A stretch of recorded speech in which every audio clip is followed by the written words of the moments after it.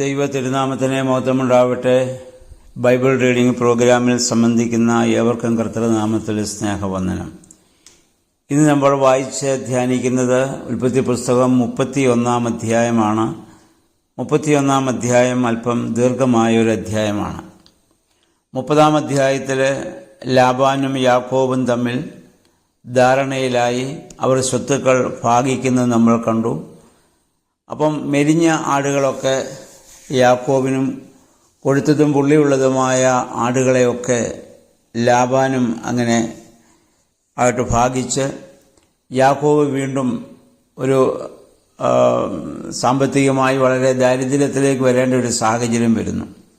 അവിടെയാണ് യാക്കോബ് ഒരു ബുദ്ധി അവിടെ ഉപയോഗിക്കുന്നുണ്ട്.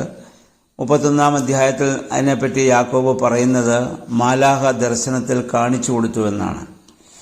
അങ്ങനെയാണ് അദ്ദേഹം വരെയുള്ള ആളുകൾ ഇണചേരുന്ന സ്ഥലത്ത് പാത്തിക്കരികെ വെള്ളം കുടിക്കാൻ വരുമ്പോൾ അവിടെ ബദാം വൃക്ഷത്തിൻ്റെയും അല്ലെങ്കിൽ പുല്ലരി വൃക്ഷത്തിൻ്റെയൊക്കെ കമ്പുകൾ ഒടിച്ച് അവയെ തോലുരിച്ച് വരെയുള്ള കമ്പുകളാക്കി നാട്ടിവെക്കുകയും വെള്ളം കുടിക്കാമെന്ന ആളുകൾ ആ പുള്ളിയുള്ള കമ്പുകളെ കണ്ട് അവ ചെനയേറ്റപ്പോൾ അതിൻ്റെ ഉദരത്തിലെ കുരുവായ ആട്ടിൻകുട്ടികൾക്കൊക്കെ ആ പുള്ളി വന്നു എന്ന് നമ്മൾ വായിക്കുന്നു.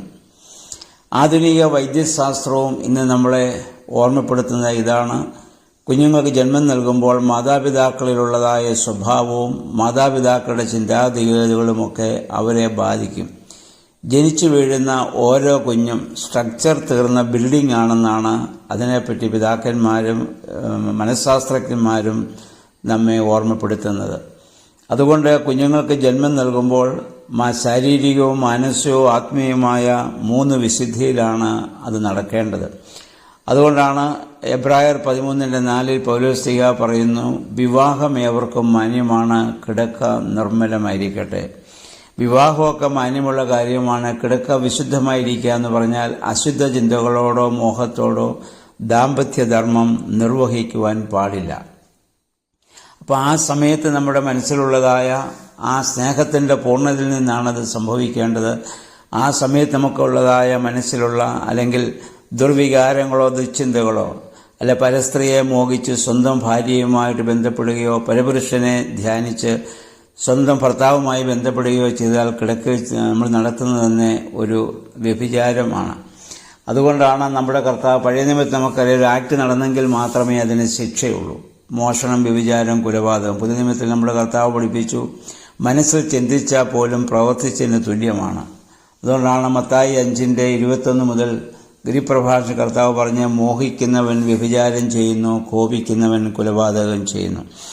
അപ്പം ഇതിൽ നിന്ന് നമുക്കത് മനസ്സിലാക്കാൻ പറ്റിയത് യാക്കോബിനെ മാലാഖ കാണിച്ചു കൊടുത്ത ഒരു ദർശനത്തിൽ നിന്നാണ് ഈ ബുദ്ധി യാക്കോബിനെ ഉണ്ടായതെന്ന് 31-ാം അധ്യായത്തിൽ നമ്മൾ വായിക്കുന്നുണ്ട്. ഇനി നമ്മൾ കാണുന്നത് യാക്കോബ് ലാബാന്റെ ഭവനത്തിൽ നിന്ന് ഒളിച്ചോടുകയാണ്. ഒരു ദൈവവൈതലൻ്റെ ജീവിതത്തിൽ ഒന്നും യാദർച്ഛികമല്ല എന്ന് നമ്മൾ മനസ്സിലാക്കുക. എല്ലാം ദൈവമായ പദ്ധതിയാണ്.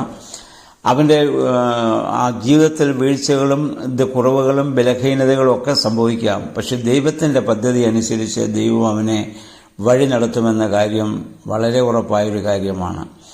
യാക്കോബിൻ്റെ 12 പുത്രന്മാരും ഒരു പുത്രിയുമാണല്ലോ ഇപ്പോൾ യാക്കോബിനുള്ളത്. ഈ അധ്യായത്തിൽ നമ്മൾ വായിക്കുന്നത് യാക്കോബ് ലാബാനോട് പറയാതെ ഓടിപ്പോവുകയാണ്. അതായത് ഇസ്രായേലിലെ 12 ഗോത്രങ്ങൾക്ക് തലവന്മാരാകേണ്ട കുട്ടികളെ വഞ്ചകനായ ലാബാന്റെ ഭവനത്തിൽ നിന്ന് ദൈവം ഇവിടെ പുറത്തു കൊണ്ടുവരികയാണ്. ഇപ്പം 2 ദൈവികമായ ആ വാഗ്ദത്തത്തിന് വെയിറ്റ് ചെയ്യാതെ സ്വന്തം ഇഷ്ടപ്രകാരം ജ്യേഷ്ഠനെയും അപ്പനെയും വഞ്ചിച്ച് അങ്ങനെ ഇവിടെ വന്ന് അടിമപ്പണി ചെയ്ത, അല്ലെങ്കിൽ നമ്മളെ സംബന്ധിച്ച് നമ്മൾ പറയുകയാണെങ്കിൽ പാപം കൊണ്ട് നിറഞ്ഞവനായ ആ മനുഷ്യനെ ദൈവം അന്വേഷിച്ച് വരികയാണ്. ദൈവം അവനെ തള്ളിക്കളയുന്നില്ല. മനസ്സിലാക്കേണ്ടത് യൂദയെപ്പോലെ ഉള്ളവനെയല്ല, പത്രോസിനെ പോലെ പശ്ചാത്തപിക്കുന്നവനെയാണ് ദൈവത്തിന് ആവശ്യമെന്ന കാര്യം നമ്മളെപ്പോഴും ഓർത്തിരിക്കേണ്ടതാണ്. യാക്കോബ് ഇവിടുന്ന് പോകാൻ ചിന്തിക്കാൻ കാരണം 31-ാം അധ്യായത്തിൻ്റെ ആദ്യ ഭാഗങ്ങൾ 1-2 വാക്യം നമ്മൾ വായിക്കുന്നു. ലാബാന്റെ മക്കൾ യാക്കോബിനെ മുമ്പേ പറഞ്ഞ രീതിയിൽ ആടുമാടുകൾ വർദ്ധിച്ചപ്പോൾ ലാബാന് അവനോട് അസൂയ തോന്നി. ലാബാന്റെ മക്കൾ അവർ പറഞ്ഞു, നമ്മുടെ അപ്പൻ്റെ സ്വത്തൊക്കെ ഇവൻ അടിച്ചെടുത്തതാണ്. അപ്പം അവർക്ക് അതിനുശേഷം നമ്മൾ വായിക്കുന്ന ലാബാന്റെയും മുഖഭാവം മാറി, യാക്കോബിനോട് അസൂയ തോന്നുകയും അങ്ങനെ ഒരു സാഹചര്യം അവിടെ വന്നപ്പോൾ ഇനി ഇവിടെ നിൽക്കുന്നത് ശരിയല്ല എന്ന് കണ്ടാണ് യാക്കോബ് അവിടുന്ന് ഓടിപ്പോവാൻ വേണ്ടി ഇവിടെ ശ്രമിക്കുന്നത്. അപ്പോഴാണ് യഹോവയായ ദൈവം യാക്കോബിനോട് പറയുന്നു, നീ നിന്റെ പിതൃഭവനത്തിലേക്ക് നീ മടങ്ങിപ്പോകണം, നിന്റെ പിതാക്കന്മാരുടെ നാട്ടിലേക്ക് നീ മടങ്ങിപ്പോവുക. അപ്പം അങ്ങനെ പോകണമെങ്കിൽ പെട്ടെന്ന് പോക്ക് നടക്കില്ല. അപ്പം ലാബാൻ ഈ സമയത്ത് ആടുകളുടെ രോമം കത്തറിക്കാൻ പോയ ആ സമയം നോക്കി യാക്കോബ് തൻ്റെ ഭാര്യമാരെ അല്ലെങ്കിൽ ലാബാൻ്റെ മക്കളെ ലേയയും സാറയും റാഹേലിനൊക്കെ അവിടെ വയലിൽ വിളിച്ചു വരുത്തിയിട്ട് അവരോട് കാര്യങ്ങൾ പറഞ്ഞു. അപ്പം അന്നേരമാണ് അവരും ചിന്തിച്ച് അവരും പറഞ്ഞു, അത് വളരെ ശരിയല്ലേ, നമുക്കെന്ത് അവകാശമാണ് നമുക്ക് കിട്ടിയത്, നമ്മുടെ ഭർത്താവും നമ്മുടെ മക്കളും നമ്മളൊക്കെ എന്തുമാത്രം കഷ്ടപ്പെടുന്നു, പക്ഷേ നമ്മുടെ അപ്പനും അല്ലെങ്കിൽ ആൺമക്കളൊക്കെ നമ്മളെക്കൊണ്ട് അവർ സമ്പത്തുണ്ടാക്കാനുള്ള ശ്രമമാണ് നടത്തുന്നത്. അപ്പോൾ അവരും യാക്കോബിനോട് അവിടെ ചേരുകയാണ്, പോകാമെന്നുള്ള തീരുമാനത്തിലേക്ക് അവിടെ വരികയാണ്. ഇപ്പം 5-6 വാക്യങ്ങൾ നമ്മൾ വായിക്കുന്നുണ്ട്. യാക്കോബ് എന്തോ ഒരു കഠിനാധ്വാനിയായ ഒരു മനുഷ്യനായിരുന്നു. ആ കാര്യത്തിൽ യാക്കോബിനെ നമ്മൾ അഭിനന്ദിക്കേണ്ടി വരുന്നു. ഇവിടെ 7-ാം വാക്യത്തിൽ നമ്മൾ വായിക്കുന്നത് യാക്കോബിൻ്റെ പ്രതിഫലം 10 വർഷത്തിനകം അല്ലെങ്കിൽ 20 വർഷത്തിനകം 10 പ്രാവശ്യം ലാബാൻ മാറ്റി എന്നുള്ളതാണ്. അത്രയും നീചനായ വഞ്ചകനമായ ഒരു മനസ്സിൻ്റെ ഉടമയാണ് ലാബാൻ. അപ്പം എന്നിട്ട് 8-9 വാക്യങ്ങളിൽ യാക്കോബ് പറയുന്നു, എന്നെ അനുഗ്രഹിച്ചത് എൻ്റെ ദൈവമാണ്, അവൻ ഇതൊക്കെ ചെയ്യുന്നതെങ്കിലും അവൻ ഉള്ളിൽ എപ്പോഴും ദൈവബോധമുള്ള ഒരു മനുഷ്യനാണ്. അപ്പം നമ്മുടെ മിടുക്കുകൊണ്ടല്ല നമ്മൾ നന്നായത്, നമുക്ക് ഈ അനുഗ്രഹങ്ങൾ ഒക്കെ ലഭിച്ചത് ദൈവത്തിൻ്റെ അനുഗ്രഹമാണെന്നുള്ള ബോധ്യം എപ്പോഴും നമുക്ക് ഉണ്ടാവേണ്ടതാണ്. അപ്പം ദൈവം ഹാരാനിൽ നിന്ന് യാക്കോബിനെ പുറത്തു കൊണ്ടുവരാനുള്ള എല്ലാ ക്രമീകരണങ്ങളും അവിടെ ചെയ്യുകയാണ്. അപ്പം 14-15 വാക്യങ്ങളിലേക്ക് നമ്മൾ വരുമ്പോൾ നമ്മൾ കാണുന്നു, പെൺമക്കൾക്ക് അവരുടെ അവകാശം ലഭിക്കണം. അത് ലാബാൻ കൊടുത്തിരുന്നുവെങ്കിൽ ഇവിടെ പ്രശ്നം ഒരിക്കലും ഉണ്ടാവത്തില്ലായിരുന്നു. പിന്നെ എന്നാൽ ഇന്ന് യാക്കോബിന് എന്താ സംഭവിക്കുക? അവിടുന്ന് ഒളിച്ചു ഓടുകയാണ്. ജ്യേഷ്ഠൻ്റെ അടുത്തു നിന്ന് ഓടിയതുപോലെ പെട്ടെന്ന് ഇവിടെ നിന്ന് ഓടിപ്പോകേണ്ട സാഹചര്യം യാക്കോബിൻ്റെ ജീവിതത്തിലുണ്ടാവുകയാണ്. അപ്പം ആ സമയത്താണ് തൻ്റെ ഭാര്യ റാഹേൽ ഗ്രഹവിഗ്രഹം മോഷ്ടിച്ചു. അപ്പം അതിനർത്ഥം അവരെ വിഗ്രഹാരാധനയുടെ ഒരു ഭവനത്തിലാണ് ഇതുവരെ അവർ താമസിച്ചു വന്നത്. ലാബാനൊക്കെ വിഗ്രഹങ്ങളെ ആരാധിക്കുന്നവരാണ്, സത്യദൈവത്തെ ആരാധിക്കുന്നവരല്ല.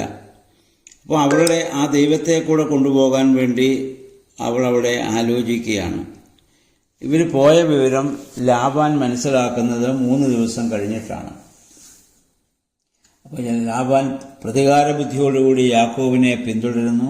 ആ സമയത്ത് യഹോവയായ ദൈവം ലാബാന് പ്രത്യക്ഷപ്പെടുന്നു. എന്നിട്ട് അവന് പറഞ്ഞു, അവനെ നീ തൊട്ടു പോകരുത്.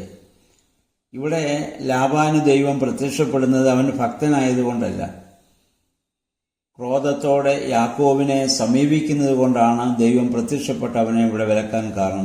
ദൈവം അത്രമാത്രം യാക്കോബിനെ സ്നേഹിക്കുന്നു എന്നുള്ളതാണ്. അപ്പം മനുഷ്യൻ തെറ്റിപ്പോയാലും ദൈവം എത്ര കരുതലോടെ മനുഷ്യനെ കാണും, നോക്കുമെന്ന കാര്യം ഇതിൽ നിന്ന് നമ്മൾ മനസ്സിലാക്കേണ്ടതാണ്.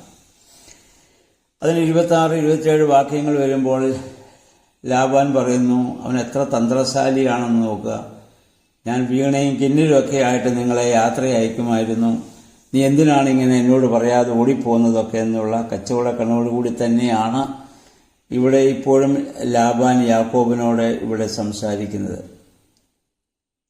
ഇവിടെ പറയുന്നു, നിന്റെ പുത്രന്മാരൊക്കെ എൻ്റെ മക്കളാണെന്നാണ് ലാബാൻ പറയുന്നത്. നമുക്കറിയാമല്ല, ലാബാനെ സംബന്ധിച്ചോളം അവൻ്റെ കൊച്ചുമക്കളാണ്, പൗത്രന്മാരാണ്. എന്നാൽ അന്നത്തെ കാലത്ത് ഈ അടിമകളൊക്കെ യജമാനന് സ്വന്തമാണ്. യാക്കോബിനെയും അവൻ്റെ കുടുംബത്തെയൊക്കെ ലാബാൻ ഒരു അടിമയായിട്ടാണ് കണ്ടത്. അപ്പം അടിമയ്ക്ക് പിറക്കുന്നതും യജമാനൻ്റെ സ്വത്താണ്. ആ ഒരു അർത്ഥത്തിലായിരിക്കാം ഇവിടെ പറയുന്നത് എൻ്റെ പുത്രന്മാരാണെന്ന്. പക്ഷെ അവരുടെ പൗത്രന്മാരാണെന്ന് നമുക്കറിയാം.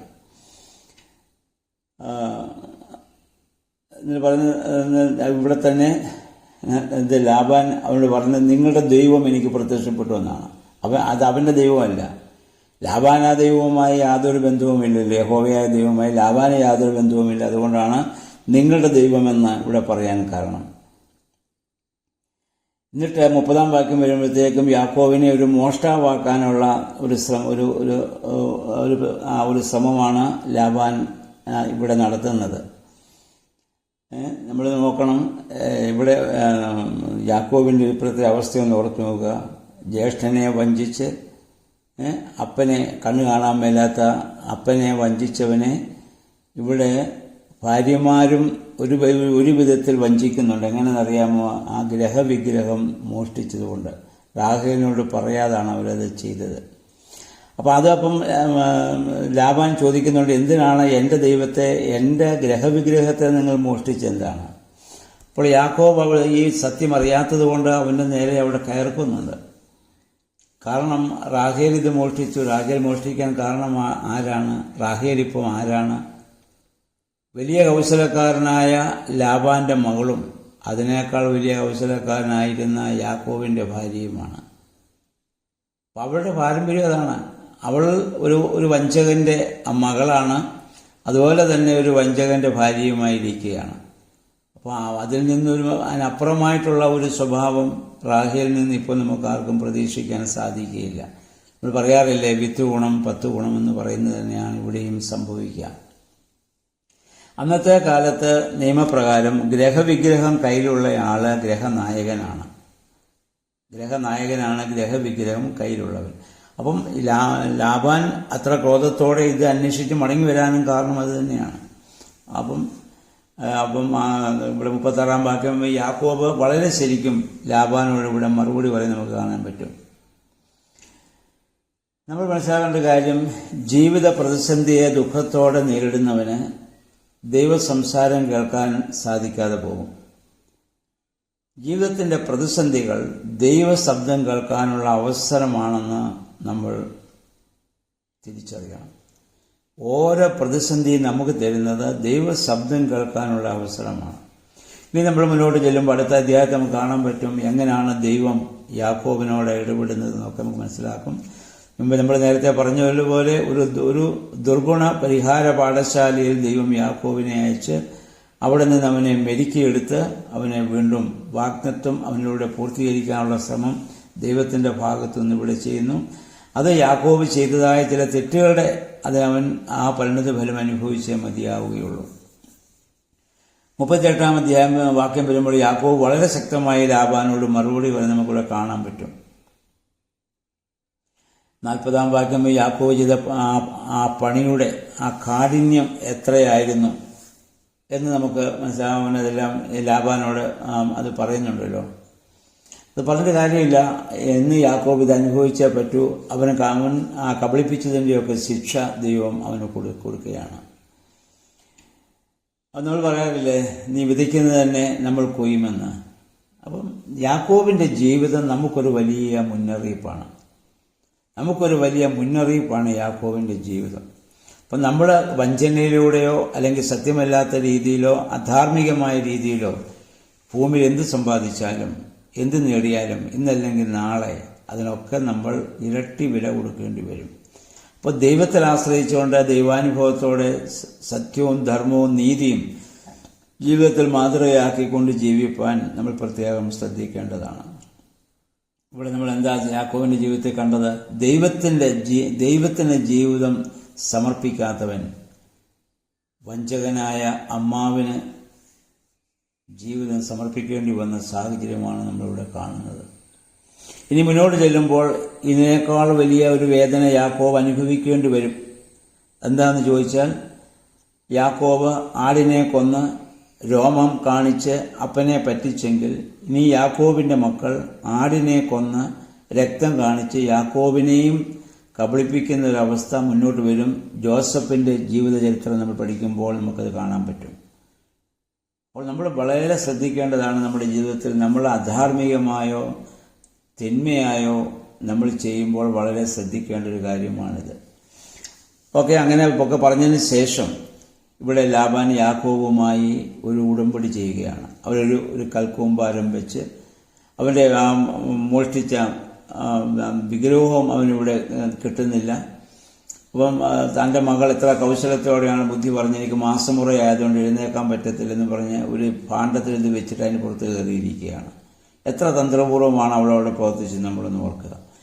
പോട്ടെ, അങ്ങനെ അതിനുശേഷം ഇവർ തമ്മിൽ ഒരു ധാരണയിലെത്തുകയാണ്. ഒരു കൽക്കൂമ്പാരം വെച്ച് അവരൊരു ഉടമ്പടി ചെയ്യുകയാണ്. അക്കാലത്തെ ഉടമ്പടിയുടെ ഒരു രീതിയായിരിക്കാം അത്. അതിനെ മറികടന്ന് ഇനി ഇരു കൂട്ടർക്കും അങ്ങോട്ടോ ഇങ്ങോട്ടോ ഇനിയും വരാൻ സാധിക്കുകയില്ല. അപ്പോൾ അതനുസരിച്ച് യാക്കോബ് അവിടെ നിന്ന് രക്ഷപ്പെടുന്ന ഒരു സാഹചര്യമാണ് നമ്മളിവിടെ ഈ 31-ാം അധ്യായത്തിൽ നമുക്ക് കാണാൻ സാധിക്കുന്നത്. ഈ അധ്യായത്തിൽ എല്ലാവരും അത് വ്യക്തമായി വായിക്കുക. ഇതിൻ്റെ ഓരോ വാക്കുകളും വളരെ മനസ്സിരുത്തി വായിച്ച് ദൈവം എങ്ങനെ യാക്കോബിനോട് ഇടപെടുന്നു, യാക്കോബ് ഏതെല്ലാം പ്രതിസന്ധി ഘട്ടങ്ങളിലൂടെ കടന്നു പോകുന്നതൊക്കെ നമുക്ക് ശ്രദ്ധയോടെ വായിച്ച് മനസ്സിലാക്കാം. അപ്പോൾ അതനുസരിച്ച് യാക്കോബിന് പറ്റിയ അബദ്ധം നമ്മുടെ ജീവിതത്തിൽ പറ്റാതെ ദൈവത്തിൻ്റെ സമയത്തിനു വേണ്ടി നമ്മൾ നിന്നുകൊണ്ട് ആ ദൈവാനുഭവത്തോടും ദൈവാശ്രയത്തോടും കൂടി ജീവിപ്പാൻ ദൈവമേ പരിശുദ്ധാത്മാവെ ശക്തീകരിക്കണമേ നമുക്ക് പ്രാർത്ഥിക്കാം. ദൈവം തൻ്റെ പരിശുദ്ധാത്മാവ് മുഖാന്തരം അതിന് നമ്മെ സഹായിക്കട്ടെ.